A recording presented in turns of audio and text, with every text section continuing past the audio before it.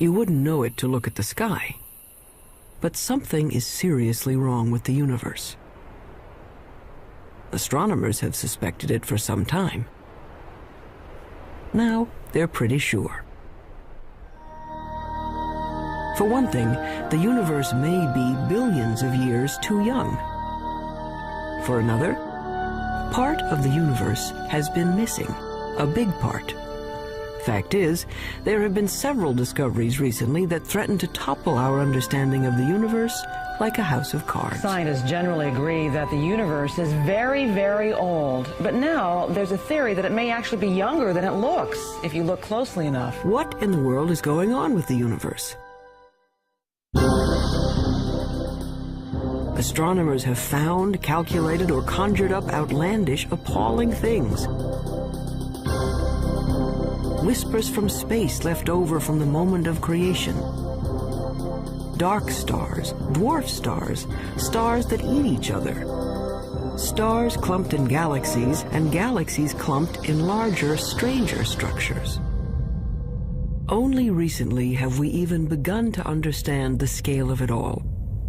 We have discovered things so small. At a 10 millionth of a trillionth of a trillionth of a trillionth of a second is the earliest time we can really talk about. And expanses so vast. That's expanded by a fraction of a million times a trillion times a trillion. The researchers need a special notation. A billion times a trillion degrees. To write out the incredible distances and magnitudes involved in understanding the universe.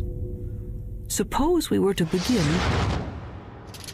with Peoria. Peoria is the center of the universe. Well, not exactly, but the director of the planetarium has built a scale model of the solar system in and around his Illinois city. How's it going, Dave? Morning, Phil. Morning.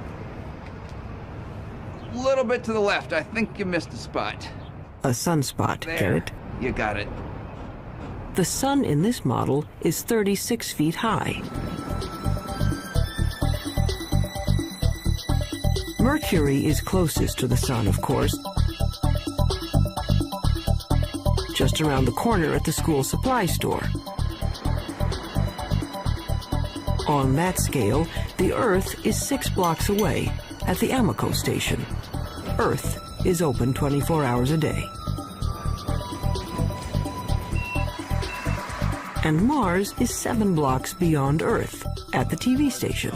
Mars has life, or at least television reporters. Pluto is smaller than a golf ball. It's a full 40 miles out of town. And if you think rural Illinois is empty, try the universe.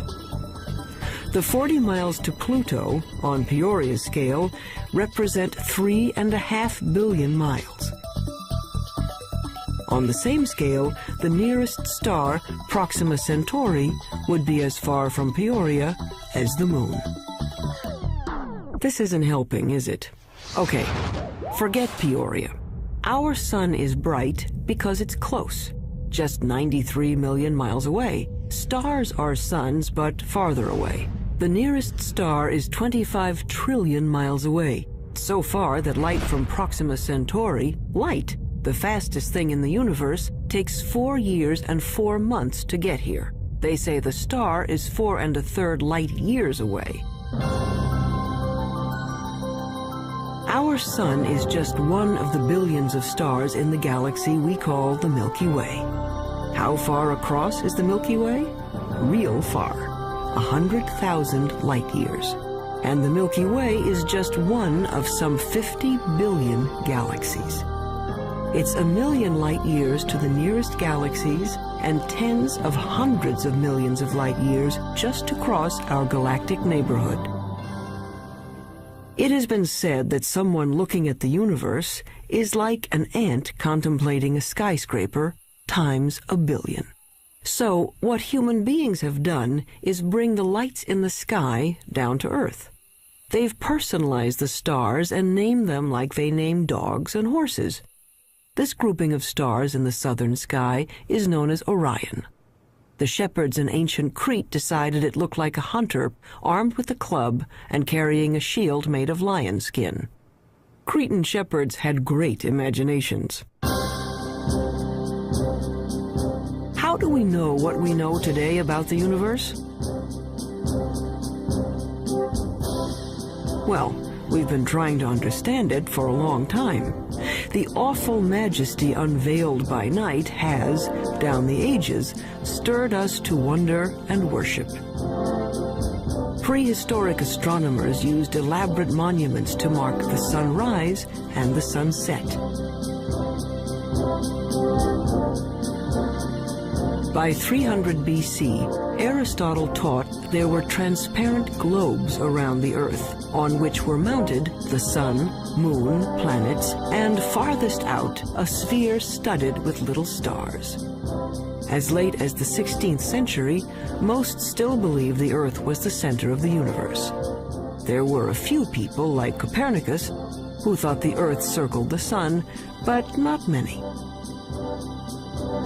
Then, in 1608, an Italian named Galileo heard that you could make a spyglass with two lenses in a tube. He built one and aimed it up.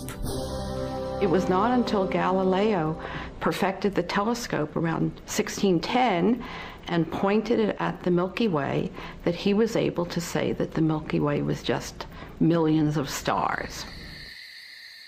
And if you take a pair of binoculars on a clear night and look at the Milky Way, you'll just see that it's nothing but stars and clusters of stars. Galileo's telescope magnified things about as much as a pair of binoculars, but that was enough. He saw that Venus had phases like the moon, that the sun had spots on it, and that the moon had mountains, and that Jupiter had 4 moons. Aristotle's perfect crystalline spheres were shattered, and the universe stopped being simple. And there were other strange things out there. Remember Orion? Well, down in the middle of his sword was a star that wouldn't focus to a bright point, no matter how powerful the telescope.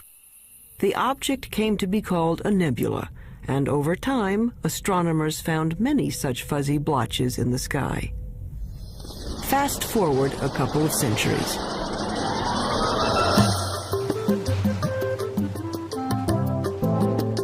By 1924, the big astronomical telescopes had mirrors as well as lenses to concentrate the light. The one on Mount Wilson in Southern California had a collecting mirror 8 feet across. Images were captured on photographic plates in slow, careful time exposures. In the dark chill of the observatory dome, Edwin Hubble was studying a distinctive kind of star called a Cepheid variable. Astronomers use it as a distance marker because they know how bright nearby Cepheids are. They know that the dimmer the Cepheid, the farther away it is. Hubble was looking for Cepheids in his photographs when he realized he was seeing an entirely separate galaxy, Andromeda, 2 million light-years away. A lot of those fuzzy nebulas turned out to be galaxies like our own. And the light from those galaxies looked redder than anyone expected it to be. It's just like the pitch of a car engine. You know, as a car goes zooming by, you hear the engine kind of go. With light, when something's coming toward you, the spectrum gets shifted toward the blue. When it's going away, it gets shifted toward the red. It was Hubble who recognized the significance of the red shift in the light. All those galaxies must be moving away from one another at terrific speeds. The entire universe was growing. The idea of an expanding universe surprised just about everyone and made a lot of scientists uneasy, even Einstein. Researchers wanted to believe in a universe that always was and always will be, eternal. But galaxies flying away from each other meant that once, long ago, they were clumped together. It meant something started them moving. The universe had a beginning. Today, it's called the Big Bang Theory. First, the universe was a bright, hot point, smaller than an atom. In the mother of all explosions, it started expanding. Eventually, the hydrogen gas in space cooled down and began to form stars and galaxies of stars. Galaxies flying outward, surfing along on the expansion of space itself. So now we can calculate the age of the universe. It's the kind of mathematics you do on a motor trip. If your speed is 30 miles an hour and you've traveled 60 miles, you can figure you've been traveling for 2 hours. The red shift tells us the speed of stars, and the milestone Cepheid stars tell us how far they've traveled. When astronomers divide it out, it says the Big Bang happened 15 to 20 billion years ago. Long ago and far away. So who cares? Well, we're answering one of the most fundamental questions that human beings can pose, and that is, how old is the universe that we live in? How did it begin? And what's its evolution? Those are major questions. Those are major philosophical questions, questions that religions have touched on, philosophy has touched on, physics is touching on, mathematics is touching on. And the people who are eventually going to come up with what is going to be accepted to be the right answer will make history of a kind. They will have contributed significantly to human knowledge. That, I think, is why it's such an important set of questions. And there's been a growing sense, as the millennium approaches its end, that the right answer is on the tip of our tongues, so to speak.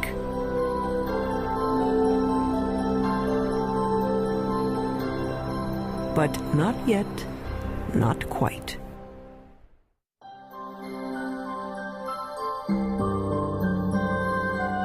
Today's stargazers usually head for the hills. Hawaii's Mauna Kea, the Chilean Andes, Arizona's Mount Hopkins. Robert Kirshner works 8,500 feet up, hunting dying stars. I really like coming to the mountain. I like getting away from all the 100 distractions that you have when you're busy, and people are coming in to see you about all kinds of things, and the makeup exam and all that kind of stuff. And to just concentrate for a couple of days only on the scientific investigation, only on what you're trying to do, it's very, very good. Light pollution has chased astronomers out of the cities to lonely vigils in remote locations. Kirshner watches for the sudden flare-up that means a star has exploded, a supernova, or its smaller cousin, a nova. The kinds of things I'm working on, these supernovae, which are events that come and go, if you don't get it this year or this month, that one is gone. You just lose the chance.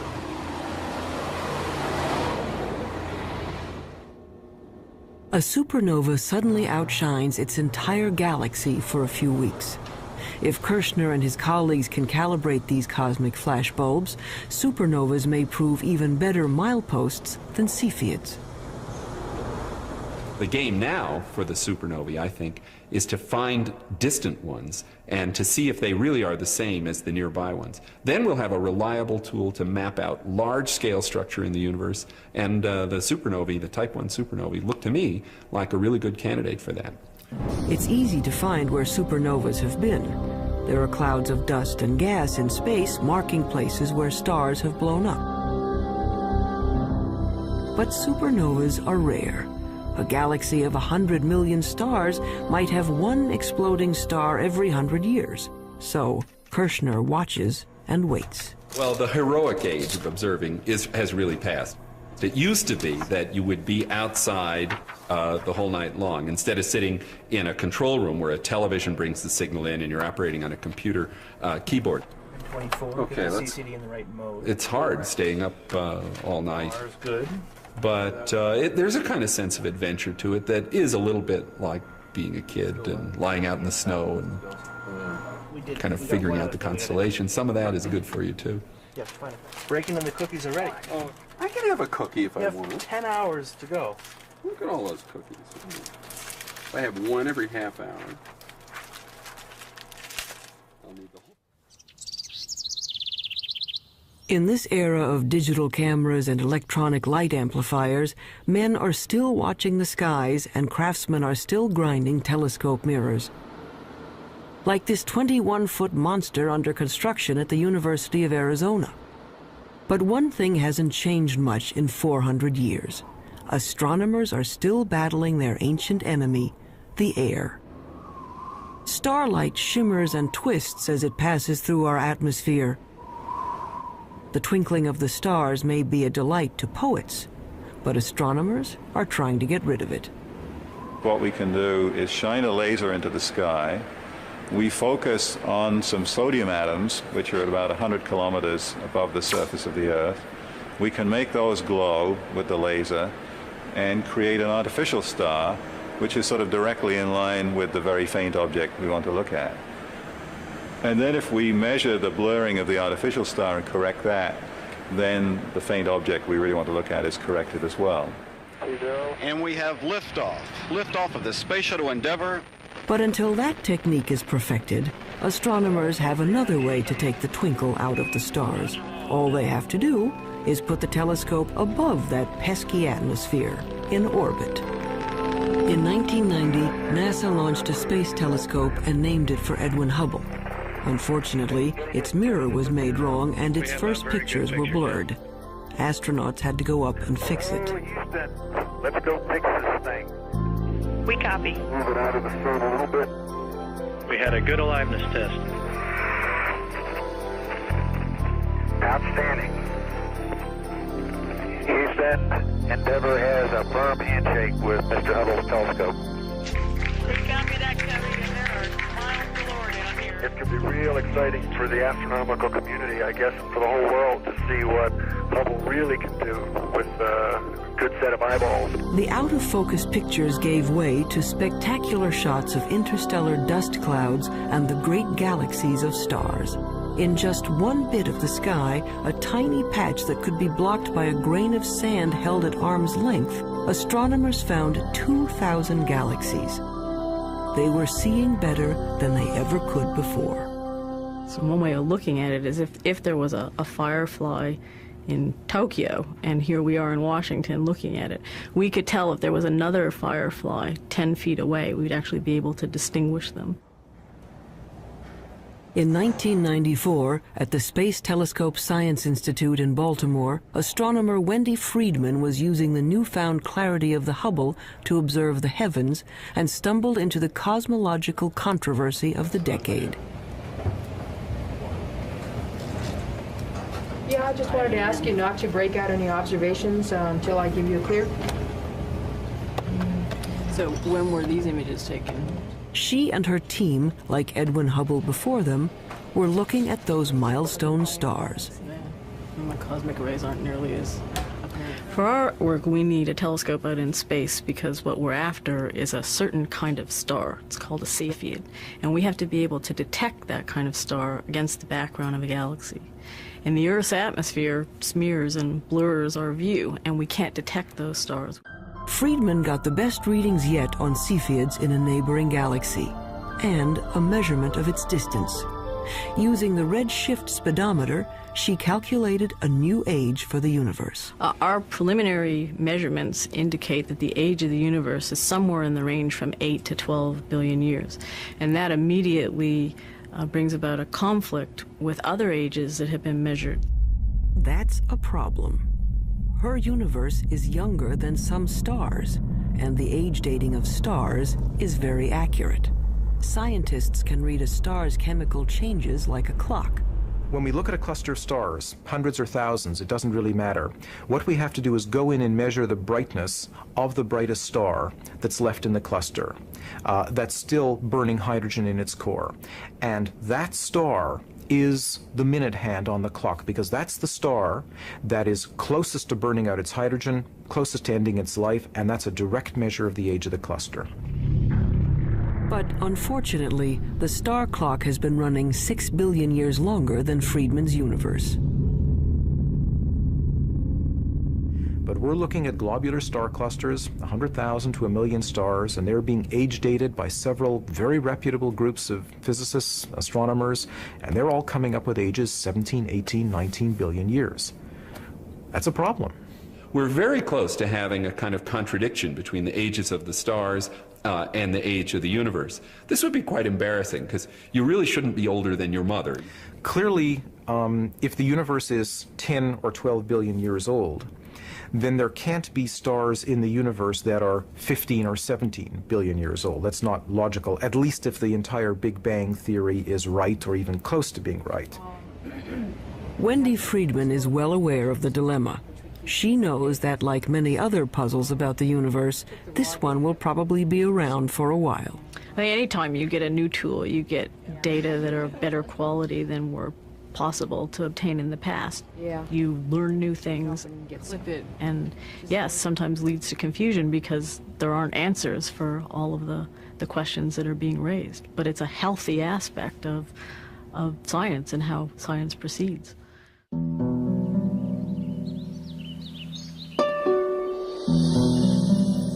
There's more to the universe than meets the eye. We can see only a small part of what's going on out there. What we call visible light, the rainbow from red to violet, is a small slice of a larger spectrum. But there are other ways of seeing.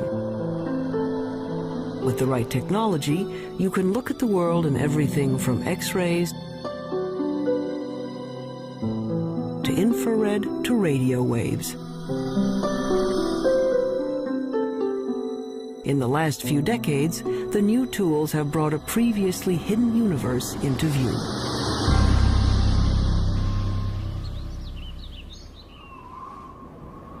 Take the sun. Nothing to do but roll around heaven all day, right? But by using the X-ray part of the spectrum, astronomers can see the sun is a very busy place. Pictures made by X-ray detectors show there's a cauldron of nuclear reactions boiling beneath its surface. Using film sensitive to ultraviolet, we can see great plumes of superheated gases rising from the sun's surface. Our well-behaved, friendly neighborhood star is a continuing, self-contained thermonuclear explosion. It's in high-energy astronomy where you really see that the universe is a violent place. It's not just made up of these good citizen stars that sit quietly fusing their hydrogen into helium. NASA is looking at the lower end of the spectrum, infrared light. Infrared is absorbed by moisture in the Earth's atmosphere. So infrared telescopes are mounted on planes to lift them above the clouds.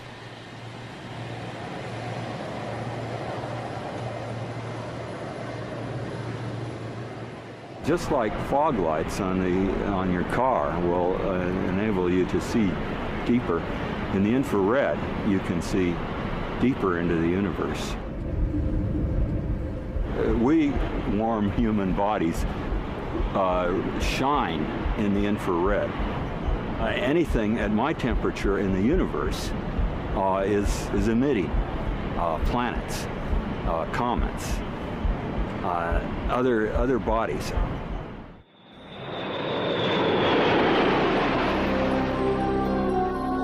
The star-forming regions of the universe are often hidden from view by dust clouds, until infrared astronomy allowed us a way in. Now we can see clouds of frigid hydrogen gas condensing and starting to heat up as stars. The sky in the infrared is a strange and wonderful place. Once we learned where to look, we could peek into these stellar nurseries and snap some baby pictures. This is Hubble's view of the Eagle Nebula. The bright spots on the edge of these monstrous pillars of gas are brand new suns.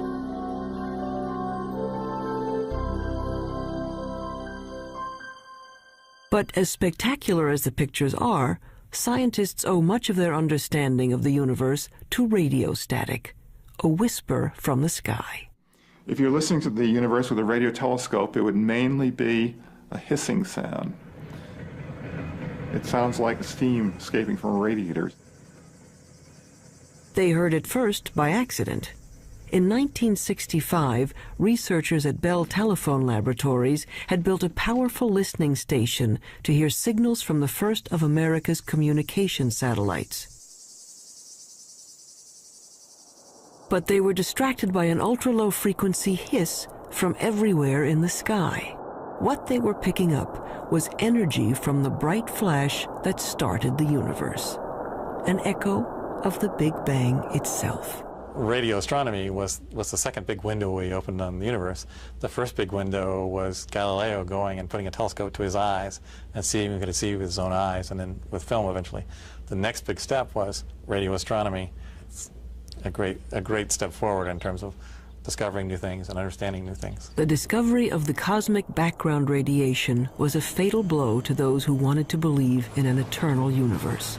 The Big Bang proponents had won.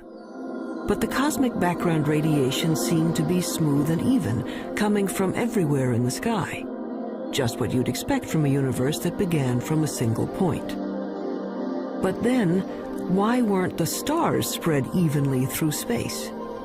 Galaxies should be moving steadily outward as the universe expands. Each should be moving away from all others like raisins in a rising loaf of bread. Astronomers had thought that the universe was sort of expanding uniformly and the galaxies were just going along, and that the only motion we should see is the Earth going around the sun and the sun going around the galaxy. But in fact what we saw was that the largest motion of all was the galaxy itself moving. And that really surprised astronomers, and the only conclusion we could come to was that something was causing the galaxy to move away from just the simple expansion of the universe. And after thinking about it for a while, the conclusion was that there must be a large group of galaxies near us. When astronomers plot the position of galaxies in their computers, they find filaments and clusters and walls of galaxies. How could that be if radio telescopes were saying the energy of the Big Bang was evenly spread across the sky? There had to be some seeds at the beginning. There had to be some small lumps in the early universe that are going to grow to create the structure. So Smoot went looking for irregularities in the background radiation to show that the Big Bang explosion was uneven. In 1989, his instrument package went up on a satellite, the Cosmic Background Explorer. It found subtle variations in the energy left over from the moment of creation. Announced in 1992, it was one of the momentous discoveries of the century. The universe made sense again. Smoot later told the press these wrinkles in the cosmic background radiation were the largest structures ever seen and the oldest. He told reporters that it was like seeing God. And that's the one that the press grabbed on because that's the one people could relate to. And that got spread all over and got much more attention, including people from philosophy and religion coming in and asking questions. But if researchers could finally explain why there are stars and galaxies and collections of galaxies, that didn't solve their other major problem. It's a little like the old childhood rhyme. The other day upon the stair, I met a man who wasn't there. He wasn't there again today. Oh, how I wish he'd stay away. The problem is that we know that at least 90% of the universe is something we don't know what it is. In the late 1970s, astronomer Vera Rubin and her associates noticed something peculiar on the outer edges of spiral galaxies like our own. Like flotsam caught in a whirlpool, stars on the fringes of galaxies should be moving more slowly than stars at the center. But what Rubin saw appeared to defy the laws of physics. The stars on the edge were moving just as fast as those in the middle. We live, sort of 2/3 of the way, we being the Earth, about 2/3 of the way out from the center of our galaxy, and we're orbiting at 500,000 miles an hour. That's pretty fast. Faster than it should be. Such velocities could only be caused by an enormous gravitational pull, which requires more matter than anyone had detected out there. A lot more. It was a shock to learn that when we were studying the universe, we really weren't studying the universe. We were studying just the 5 or 10% of it that was luminous. So it's like, I don't know, trying to study the Earth and just looking at Pennsylvania. All the things we have ever observed in the universe, the planets, the stars, the galaxies, the clusters of galaxies, make up 10% of the universe, maybe less. Early efforts to track down the missing matter failed. They call the 90% that is not visible dark matter. But no one knew what it was. Maybe dead dark stars, or some kind of cosmic dirt, or maybe a whole lot of something extremely small is filling space.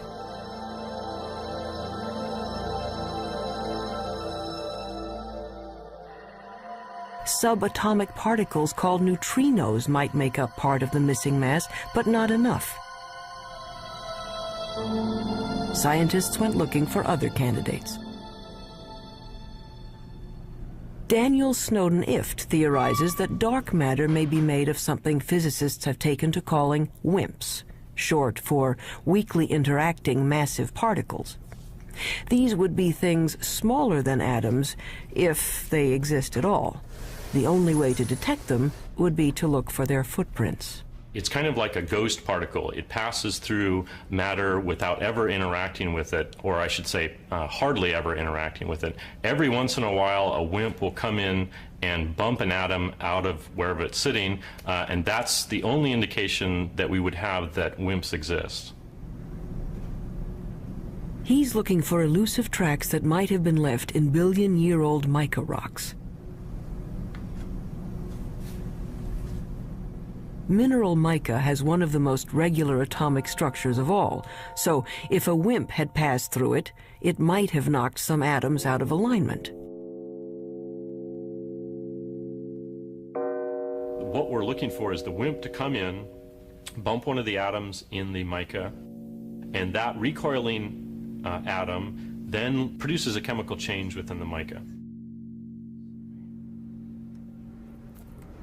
In his search for the WIMPs, he splits up endless mica samples and bathes them in hydrochloric acid.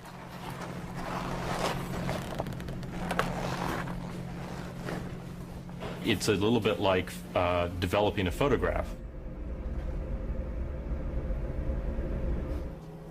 The etched mica goes under a supermicroscope, which magnifies it 50 million times. Mica may be the perfect place for clues to the missing mass. Unfortunately, to date, Daniel Snowden-Ift hasn't found any WIMPs. Researchers stunned a 1996 meeting of astronomers when they announced they had found the dark matter, or at least some of it. They had picked up ripples in starlight caused by dwarf stars too dim to be seen directly. A halo of these objects surrounding galaxies would account for the missing part of the universe. To bug the physicists looking for WIMPs, the astronomers call these tiny dense stars machos, massive compact halo objects. The research to confirm the mysterious source of gravity goes on. I would like to think that in 10 years we know what the dark matter is, but I wouldn't bet very much money on it. But advances usually come in very surprising ways.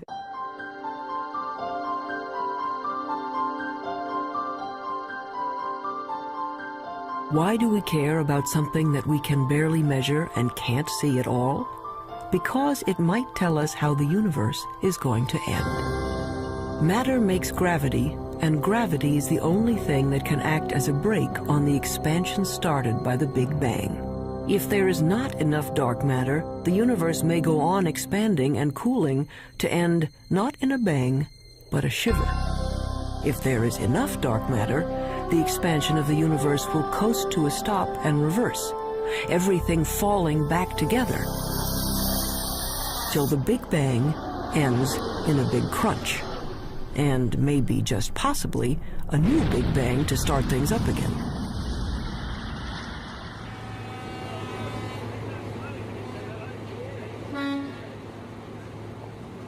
Albert Einstein, among other things, revolutionized the way we think about good old gravity.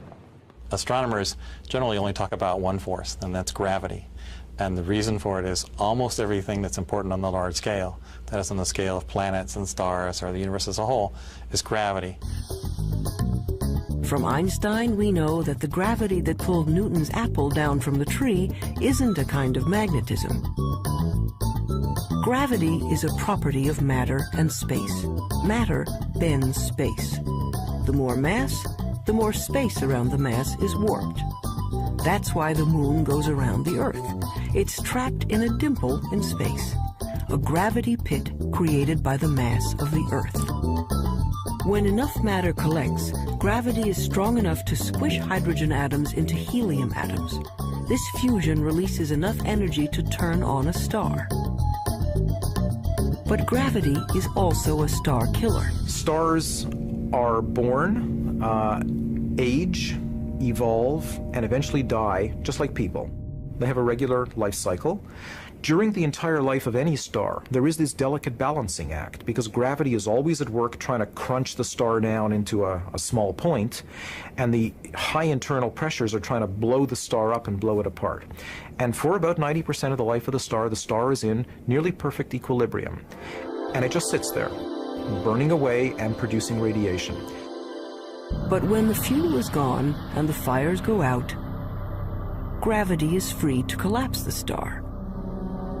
A medium-sized star like our Sun will burn steadily for 10 billion years. Then, in a kind of cosmic spasm, it will puff up to engulf the inner planets before collapsing into one of those white dwarf stars. A star twice the mass of our Sun would collapse even farther, ending up as a super-dense star the size of New York City, a neutron star. A teaspoonful of stuff from a neutron star would weigh 100 million tons. But what happens to a bigger star when its fires die down? Say a star 50 times the size of the Sun. It may blow up as a supernova, leaving a neutron star, but then it keeps on shrinking to infinity. An infinitely small point with a gravity so powerful that not even light can escape. There's no there there. It's a black hole. And the analogy that we have to space being stretched by the material is you have a rubber sheet and you put a ball on it and it causes a dent. Put a heavier ball, it'll cause a deeper dent. If you put a heavy enough ball, it'll just tear through the rubber sheet altogether. If you force too much matter into a limited amount of space, it'll just tear space like tearing the rubber sheet.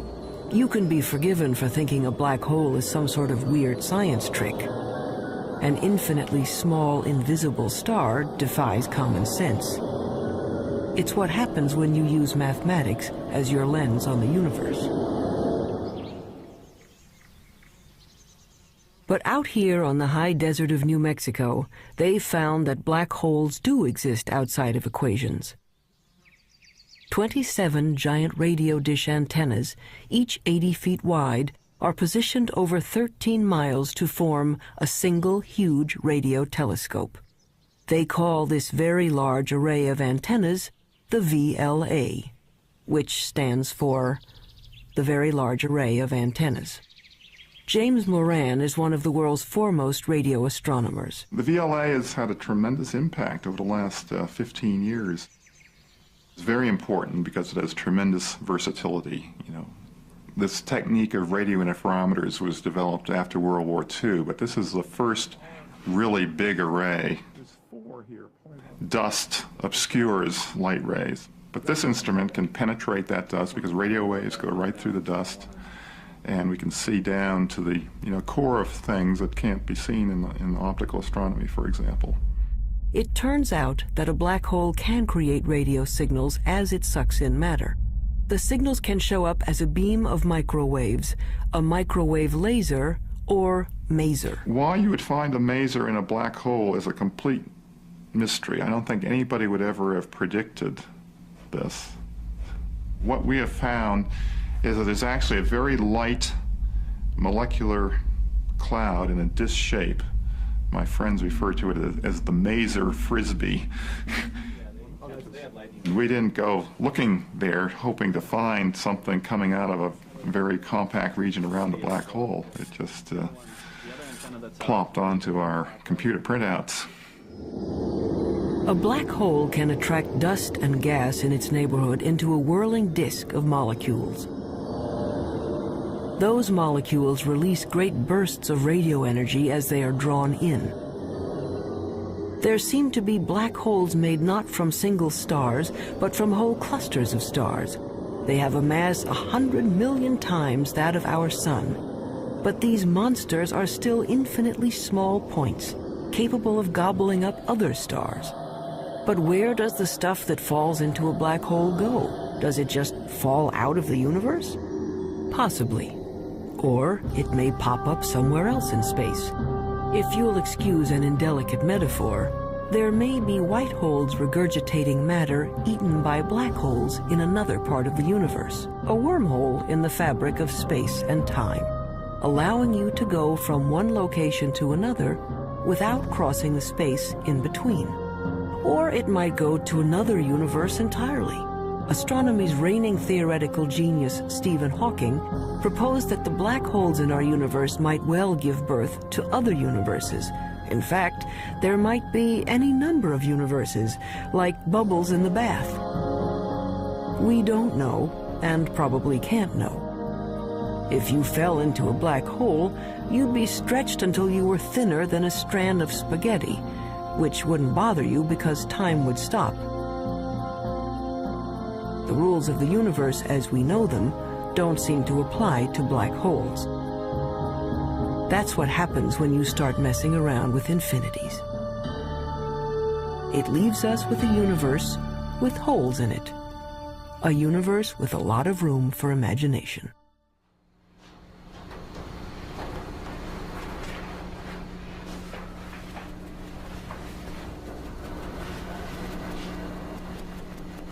On the sound stages of Paramount Pictures, a spin-off of one of the most durable shows in television history, Star Trek Voyager. You're quiet on the stage. Anyone not ready? Roll, please. Action! I want a full systems report. And Mr. Kemp, Mr. Tuvok, I want every iota of information that was recorded regarding this phenomenon. Let's see what you have, Mr. Kemp. There. It's registering only on subspace bands. We don't even have it on long-range sensors yet. Verteron emanations. Tunneling secondary particles. It certainly looks like a wormhole. But is it stable enough for us to enter? And if it is, where does it lead? There is, of course, a 75% chance a wormhole will not lead to the Alpha Quadrant. Great. Thank you, Jennifer's mark. That'll be Jennifer's mark. Yes, I gave that to her. I changed it. Great. Real-world astronomers have confirmed now there are planets circling other suns. The problem is, we can't get to these other worlds in any reasonable amount of time. 20th century physics says nothing can go faster than the speed of light. You want black wrap that? Sure, go ahead. But that would be much too slow for a 24th century operation like Star Trek. The dramatic need of a television series called Star Trek is that we need to travel to a different planet every week. So Gene Roddenberry said, well, okay, we're going to have something that he called warp drive, which somehow warped space and let us travel through subspace. How does this work? We don't know. But nevertheless, we see it work every week, and hopefully the audience buys it.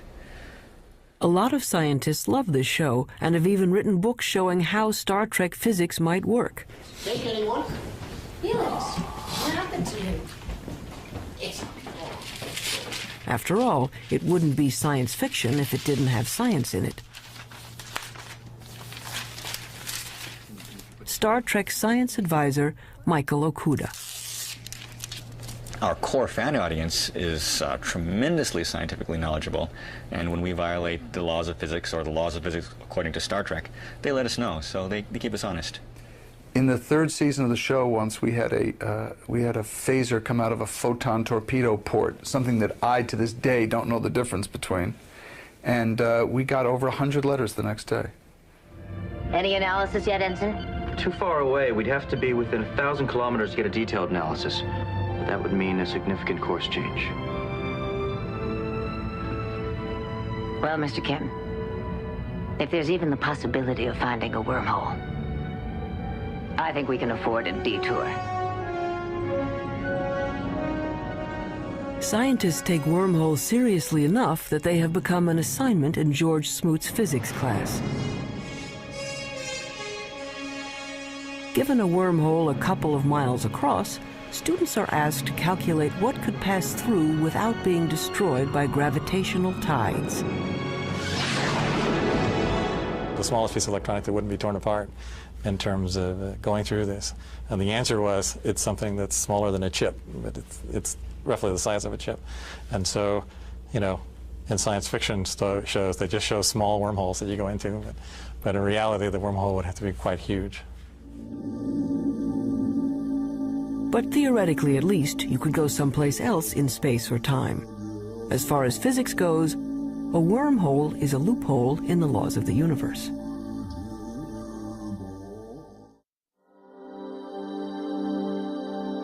So we are left with questions. Why do some stars appear to be older than the universe? Why do galaxies move as if there were something dark and huge out there? We're not making people live 200 years. We're not doubling the gross national product. What we are doing is enriching everybody's lives by trying to answer some of the questions that I think everybody's interested in. These are some of the oldest questions, children's questions. Where did we come from? Where are we going? Are there other worlds? What is outside the universe? What happened before the universe started? What happens after the universe ends? You want to find out, well, where does science end and where does philosophy take over? And it's not clear where they do. Modern astronomy is a young subject, and each time we get a new and better tool for looking into the void, we find surprises. More and more data that doesn't quite fit. And I think it's portrayed as if the field is in total confusion and chaos, and I think very often it appears that way at the forefront when things are not understood and there are unsolved problems. But progress is being made. The fact that we're able to take these subtle clues, that things you can barely measure with the biggest, most sophisticated instruments, and figure out that they are telling you about what the universe was like 15 billion years ago, I think that's a terrific thing. Why does the universe exist? Given the fact that it does exist, the fact that it is as exquisitely beautiful, as exquisitely tuned as it is, that it works as astonishingly well as it does, and that we, very tiny creatures on a rather remote planet, not in any special place in the universe, have been able to evolve in this universe and sense the universe, the entire universe around us, that we can sense that there are things out to 15 billion light years away from us.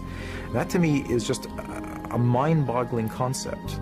We are the only star in the universe that we know about that has life, so perhaps that makes one feel a little more unique and life a little more precious thing, knowing that it doesn't seem to be that common. We are part of the universe. The material that we know, the matter we're made of, started out as atoms produced by exploding stars. I like very much the fact that every atom in our bodies has come from some star. If there were no stars, the universe would be all hydrogen, and none of what we know would exist. And that's why it's not an exaggeration to say that human beings are stardust, because the iron in our blood and our hemoglobin and the calcium in our bones and all the other heavy elements in our body were created in supernova explosions. So in our quest to understand the universe, we come back to ourselves. If we are made from the elements of stars, aren't we then, in a way, the universe trying to understand itself? It's not quite what the ancients were talking about, but maybe we're in the center of the universe after all.